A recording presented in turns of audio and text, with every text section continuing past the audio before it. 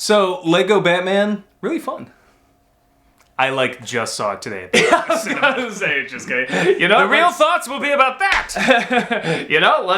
Let's keep the joy train going, because the good news is not only are we talking about a review that got lots and lots of views really, really fast, but it's also a film we like, so we can talk about film we like. Let's talk about Balto.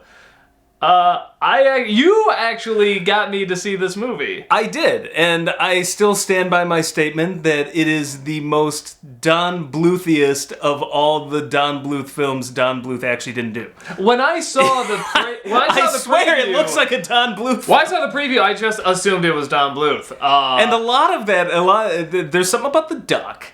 The duck just feels like he's a Don Bluth character. He's very wrinkly, weird and Russian the thick accent. Eyebrows, but for me, it was what was the villain's name? Steele. Oh, the bad guy. Yeah. Yeah. So, and this isn't a complaint, but so overdrawn. Way too much effort thrown into every frame of animation. And it is such a Bluth thing with the villains, particularly the cats in his stories. They're so over-animated, overdrawn with rows and rows of fucking shark teeth. The only thing that would be bigger would be the eyebrows would be so big they would actually be off the body, off the head. They'd be up in the air. That'd be and the he only was getting thing. Close. It was pretty close. He was getting close. But he definitely had just those beady, crazy eyes. But Balto, I like this movie. I mean, it's not perfect. It's very much a good, not great movie. And it's only not great because it's trying so hard to be a Disney film, and it really should not have done that. But when I saw the trailer for this, again, I think I was at the age where it's okay, I'm not really into... I mean, hand-drawn films are already kind of being phased out, and I was going to high school, I'm not into this kind of stuff, so I really didn't have any interest, and it just didn't look like anything. It just looked like the trailers didn't a kid's film of the week. That's really all it looked like. Yeah. And then all I remember is I saw the very end, the live action part, which already confused me. And then it got even more confusing when it ended with based on a true story. I went, what? I said, isn't this like the talking animals and shit? And really needs to put the based in quotes with a question mark around based. Based? Parentheses question mark? Yeah. On a true story? Based on a true story? What a shame this did not need that to be said, because people it didn't need the bookend. Yeah, it didn't need the bookend. It didn't even need the based on a true story. It would have been a great curio that you find out through other means that parts of this did happen, and you just look it up your damn self. But it just shoves it down your frickin' throat. Based on a true story. Based on a base. And the trailers did it too. That I just like. See, I didn't say. Oh no, you're right. It did. Oh, the trailers did. Yeah, the trailers based on a true story. And I'm just looking. Even when I saw the trailers, you're looking at the trailers. I'm just like, I have questions. Serious concerns about how true this is. Because this was not a critical success. A lot of critics didn't like it. And how much you want to bet a lot of that? Which is a shame. It's not that bad at all. It's actually good. How much you want to bet a lot of that rested on going in on all the previews, the poster and everything is based on a true story. A ton. And they just had that raised eyebrow like we did. A ton. And I'll tell you why. Because when you put based on a true story, and then you have all the other Disney tropes in it, because it's aping the Disney tropes. It's impossible not to. Even myself, I like the movie, but I was making fun of it left and right when we were watching it. You raise an eyebrow, based on a true story, huh? Really?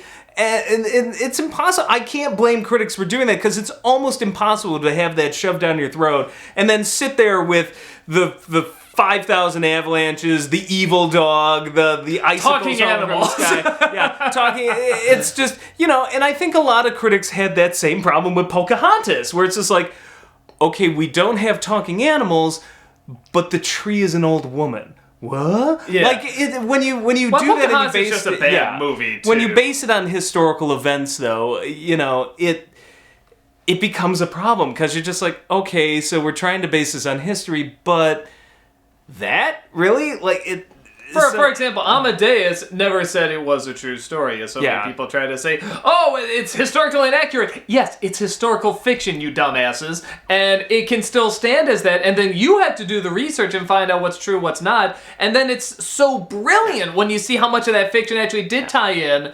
and I think that... Braveheart... This isn't that good. Braveheart is a good example. 50% of that story is made up garbage, but there's no talking pug in the middle of it that critics can be like, hey, wait a second, like, if you really wanted to know the true story of Braveheart and you were a critic, you had to dig deep and, like, go and research the history behind it or something, you know, we didn't have Wikipedia, you know, back then like we do now, but when you do something like this, it's really easy to be like, okay, that can't be true. Even Braveheart kind of starts off saying, look... Oh, it's got a dodge. History is written by the winners. That's a fancy way of saying we made somebody shite up. Exactly. I mean, even they're saying, we're taking some liberties here.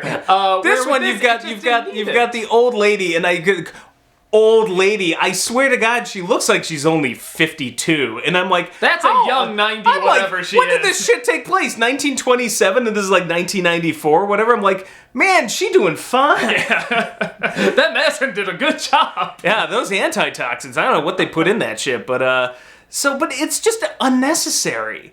Like, with the movie in general, the one thing that, you know, because I came out liking it, even though we were kind of making fun of it, we're pointing out the faults. What I'm curious is that I like it. Would you say it's actually a good movie?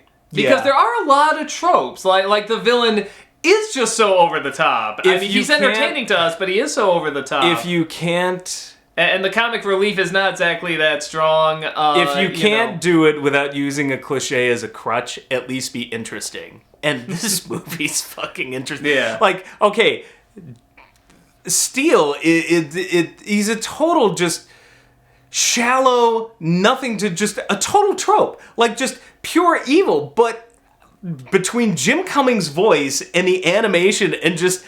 how balls to the wall evil he is, I'm just like, I could watch this character all day. So, like, if you're gonna fall back on cliches, at least make it entertaining, and it's entertaining. It's hugely entertaining. And anytime he opens the, no, I'm gonna win the race. I got this. He's doing like Mechaduck from Darkwing Duck, and it's like I love it at the end because he almost crosses back into Darkwing. Oh, come on, hey guys!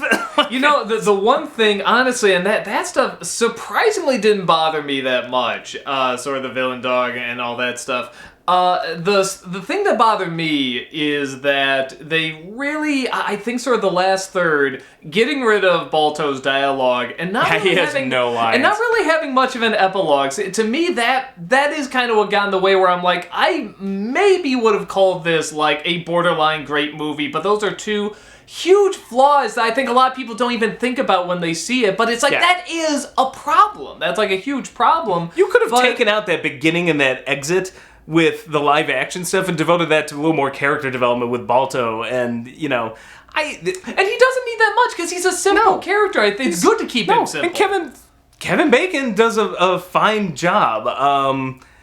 I'm not so sure about Bridget Fonda. It sounds like she may be phoning in it a little, but, you know, I think she did great. I'm not gonna lie. I listened to her, I'm like, she is treating this like really seriously. I can't tell if she's treating it really seriously or it's... And I've tried to, like, I've actually asked people who've seen the movie, like, what do you think? And I've gotten either way. And I'm like, okay, well, this is a very polarizing role. What about Bridget Fonda? Yeah, because some people are like, no, I thought she did great. And other people are like, oh, yeah, she just, like, phoned it in, or, like, it's just very flat. And every time I see it, it just depends on my mood. Sometimes I'm like, no, you know what? She's doing really, really good. I actually like it. And other times it's like, is she really flat? Is she Natalie Portmaning this? Like, is this like the prequels? You know, like, I can't tell. It didn't even enter my mind that it was a bad job until you said that it being very flat. I'm just like, yeah, think about it. And it's like, but I don't have a definitive answer. I didn't read it that way. I read it as, I mean, especially someone looking at their master who is a little child dying. I mean, I think that needs to be underplayed. Everything else is going to be so big. She does, and the other thing is this, is in my defense of her in this, because some people are just like, she's terrible. My defense of her is like, well, she is essentially outside of Balto, who's a pretty straight role, but he has to be kind of like the straight, like, I'm the adventurer, she's very much the only really, truly straight character. Because it ain't the duck. It ain't the polar bears. Jim Cummings... thank you very much. Jim Cummings is just off his rocker throughout the whole movie. It's great. So I'm just like, the other dogs, the other female dogs, are the bitches, if you will. They That's what they're called. Yeah. They literally just comedic, like, they're just like, Every other character is kind of... Yeah, and the other dogs are the same. They go, oh, hey, like, she's the only one that I'm like, okay, she has to play a straight role. She's the only one who's like, no, this is important. This is serious. Kids are dying or will die, which is why, by the way, greatest villain ever in a movie. Like, how this... Whenever I read these, like, BuzzFeed lists or whatever, it's like, oh, the greatest animated movie villains of all time, I never see Steel on there. And I'm like, this dog literally doesn't give a shit if children die. I think because how does he not end up on more evil villain I think because they do see him as, like, so far, like, because that is such a trope almost to a point where it doesn't make sense. But it's like, to me, it's like going so far down the trope that it almost comes back. It, like, comes full circle. It runs around the world. I'm just like, to be think about it. This isn't like, ooh, I'm gonna take over the city, or ooh, I'm gonna blow some people up.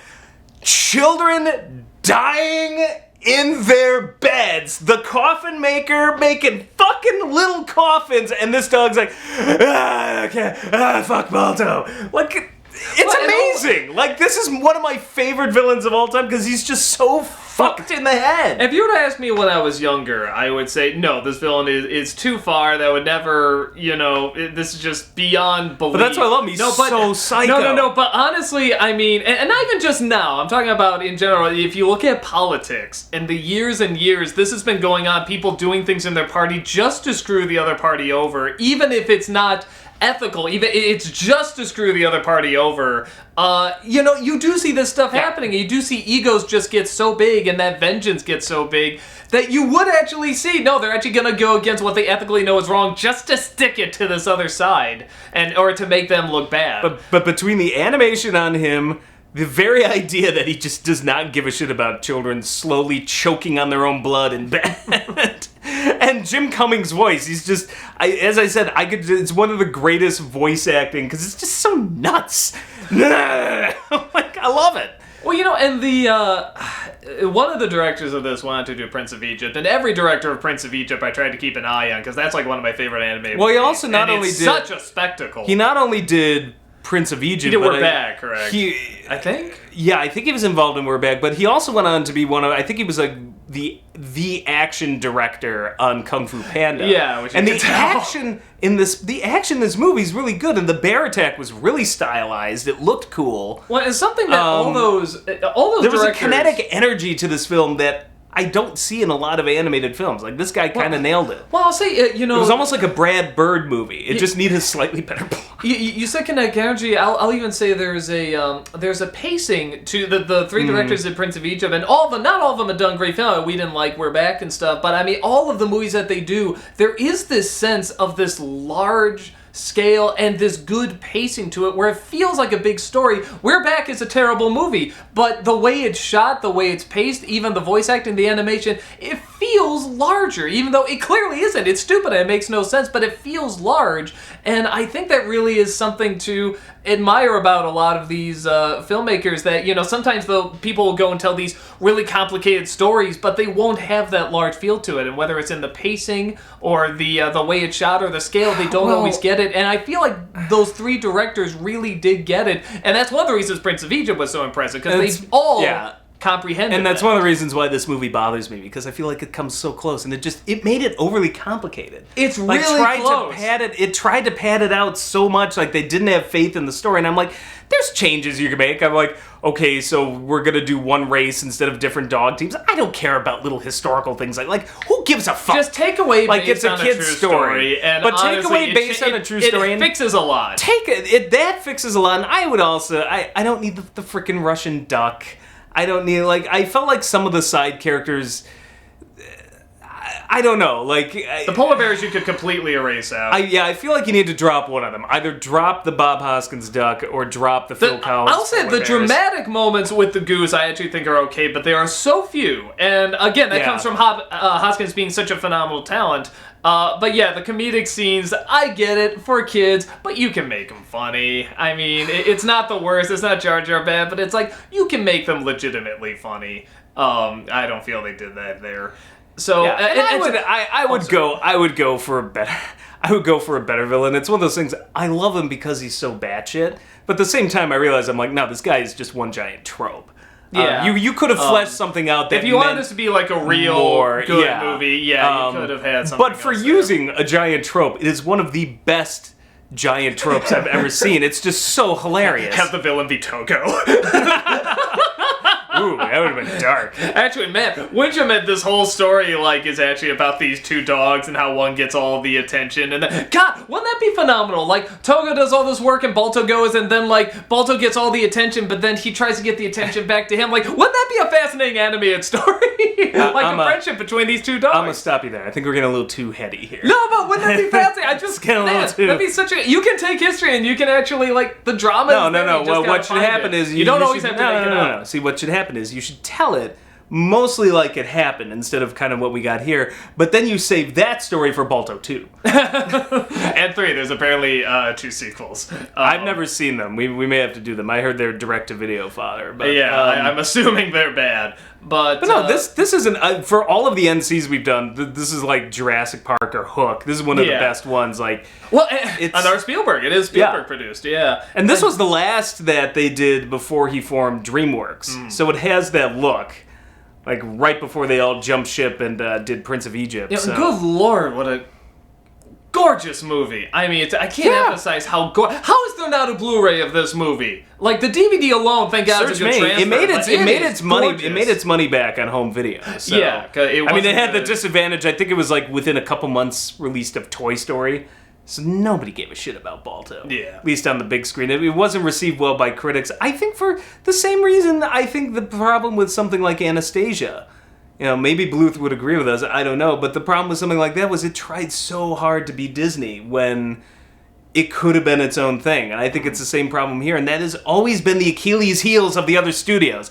Well, if we just copy what they did. Well, same thing like The Swan Princess. The best part of that movie was the least Disney, and that's the kids growing up in that song. And that was a legitimately entertaining, like, that's all I remember from that movie, because that was good. I think the only couple that got out of it, like, if we take out the CGI films, so we go only with the hand-drawn, Prince of Egypt. Well, I mean, Bluth. And, Don Bluth, the early years. But the later years, they just hired him to kind of do a Disney thing, it seems to me. But I'd say Prince of Egypt and Iron Giant, Brad Bird film. Those are the only two that escaped that trap, I think. Yeah, and Prince of Egypt came close, because, like, well, it's got musical numbers, but it really was still its own thing. You could argue El Dorado, but I have issues with that movie. That's not that... I don't think that's closer to the Balto category. Like, okay, that's good, but that's not great. Yeah, no, I tend to agree. In terms of the hand drawn, you're right. Well, it's just all these studios were coming out when Disney, was starting the CG thing, and that's just when they were going CG. So it's just like, it's just bad timing too. I say like 80s is probably where you want to see more of the branching out of the. I don't want to say non-Disney, but certain kid-related non-Disney. In the 70s, there's a lot of non-Disney, but that was mostly adult. The rope bit? She use. Family picture. So, now, if I were directing this, Balto and that bitch dog would have been getting on from the start. It would take place in the ghetto. God. It was a racial discrimination between the black dogs and the white dogs. I should have done that, because it's in Alaska. I could have called it Cool World. I love that man. Oh, I do too. It's like he can even when he does wrong, he can do no wrong in my eyes. His wrong feels so right. I know, it's just so gritty and underground and just like, nasty. I'm trying to think, and not too much else. It is good. It's a good movie, and I get why it has a following. It falls too much. I wish it was great. It's one of those movies where I'm like, damn it, I really wish you were great. It's got a following because when it's all said and done, despite all the tropes it falls back on, and God does it, you give a shit about the characters. I cared about, what was her name? I feel terrible. Whoever Bridget Fonda. I cared about whatever her name is. Balto. I barely remembered Steele as a name. I remember I remember Kevin Bacon dog, Bridget Fonda dog, Jim Cummings. No, I cared about Bridget Fonda dog and Kevin Bacon dog. I cared about the kid. I cared about the parents. I cared about the situation. I mean, that was one of the most hardcore situations in an anime film. We're like, holy shit, this is like Oregon Trail. They're going to die of dysentery. Again, the way they showed it, even if you're a kid, you see these adults that are walking around, you see them on the plane, you see them, doing the Morse code and stuff like that, and it's like, a little kid isn't going to follow all that, but they know it's serious. They know get this sense of dread. You can. You don't really have to be. You can be a little kid, watch this movie, and hear the hushed tones of the adults. And go, ooh. Plus, any kid understands being sick in bed. Yeah. And I think the coffins were a giveaway. That's one of my favorite scenes. I remember watching you were just like, holy fuck! Yeah. And it did go to those areas, and when it went to those areas, for the most part, it did it well. When we had to come back to the That's why it felt like a Bluth film. I'm like, this has this dark edge to it that it's... Well, when it had to come back to the following the numbers thing, that's where it got a lot weaker. But the stuff it did good, I think it's too good. I think it's too good to overlook, and I still recommend it. It's a good movie. Honestly, I hope people who haven't seen it would watch our review and go, it sounds like everybody has. Yeah. I mean, this is like, really, this is one of those kind of underground films that has like a huge following. It was for the generation below us. I think a lot of us, we were in high school, and we were at the college. I think Generation X has kind of came and went, but I know for like a lot of millennials, they're like, oh my god, Balto! That started like my wife's is like, that started my sister-in-law's love of wolves, apparently. Was like, she's like, I think now that I think about it, it probably started with Balto. Like, and everybody I know loves wolves. It's like, oh yeah, Balto. And it's kind of fun discovering these films that are like kind of like one generation under you, because you missed it. You're in the phase where you don't want to see those movies. You're in high school. You're trying to. We started a whole series about it with Tamara. Well, but there is something really fun about discovering these films then, because then it's like, this is what this generation grew up with. Okay, that's kind of cool. Like, Balto's not a bad movie to grow up with. And you sort of discover, like, why this has a connection with If I had kids, I'd show them Balto easily. Way more than other shit we've reviewed. Yeah. Most of the stuff we've reviewed, I would never show if I had kids, my own kids. I wouldn't show an adult. I wouldn't show an adult either. But Balto, I'd be like, no, that would be at the top of the list. I'm just like, a bunch of Disney classics, some Pixar, a few DreamWorks. And I was like, totally Balto. Yeah. And Iron Giant, and, they would be way up in the list, so... Yeah, I mean, you could probably get that from the review. Even I would just have to explain. I'm like, yes, he's a very bad dog. He wants you to die. Bad dog, very bad dog, would eat you. I just remember shouting that when we were watching it. Bad dog! Bad dog! You do not kill little children. The one thing I forgot to bring up is when he starts to, at the end, when they find out that he, was lying and everything, he kind of breaks his voice, and he sounds like Darkwing Duck. He's like, guys, come on! Yeah, I said that. Yeah, I said that earlier. Guys! He's always just like the little lisp in his voice. Yeah, I'm just like, it's like Darkwing Duck all of a sudden was like, found out that he's just a lying asshole and wanted to kill Goslin. It's like, guys! So, good, No way, DW. I'm out of here. Good movie. If you haven't seen it, do go check it out. We just like Lego Batman, also a good movie. Yes. That's about it, and we'll see you on the next one. Bye. I'm Lego Batman. I'm really not. I think you know a person. Fuck those children! I hope they all die in the bad dog! Bad dog! I want to win the race. I want to do this.